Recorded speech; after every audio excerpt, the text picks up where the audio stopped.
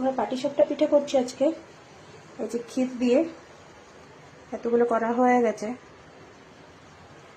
আর এই যে চালের গুঁড়ো, ময়দা, তারপর আমুল দুধ আর চিনি দিয়ে ওটাকে গুলেছি। দুধ দিইনি, কেন দুধ আজকে জাল ছিল না, গরম করতে হলে গরম দুধটা দিলে হয় না পাটিসাপটা। এই দেখেন ক্ষীর দিয়ে দিলাম। এখানে ধীরে ধীরে করে এটাকে কষ্ট একটু কমিয়ে দিই, বেশি গরম হয়ে গেছে তাওয়াটা। তো ধন্যবাদ, সবাই ভালো থাকবেন।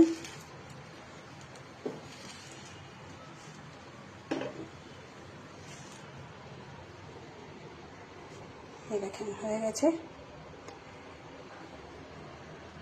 আরও আছে এতগুলো করবো এখন সবটাই। ধন্যবাদ, সবাই ভালো থাকবেন, সুস্থ থাকবেন।